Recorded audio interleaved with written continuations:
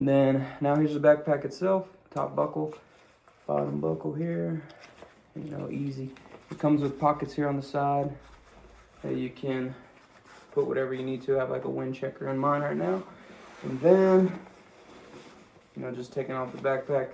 Pretty decent sized backpack. Good for, you know, just going out and doing like day hunts. It's nothing you're gonna be camping with or anything like that, but it's nice. You know, it has a lot of attachments for these like like buckle straps and all that, and like quick disconnects. So it has, I have the bino harness and it attaches to the backpack itself. So if I don't want to wear the harness, I could just attach it to my backpack, which is pretty cool. So it's something nice that they thought about.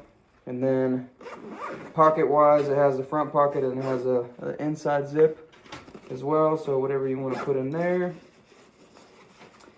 And like I said, I have my bugle tube in here now. You pop that out. It's got it buckled in there, but pop the bugle tube out. Also has another pocket at the top, pretty decent size. You can put your phone or whatever you want in there. It has a little attachment to, you know, if you don't want to lose something, put your keys on it, which is pretty cool. And then if I zip this down, to show you, like I said, I have my saddle in there for now because I whitetail hunt, so my little saddle set up. And the bag is, it goes all the way down and it opens completely. It has a hard back, so that supports you, you know, if you're carrying anything heavy. And then it has a little hook here, so you can hang your water bag through there, and it has a little hole right here. You can run your nozzle through right in there, so you can see my finger maybe. But yeah, I mean, it has a lot of different attachments here, and different adjustments, so it's very, very versatile. And haven't taken it out yet. I just got it, so I'm gonna be hunting with it here pretty soon.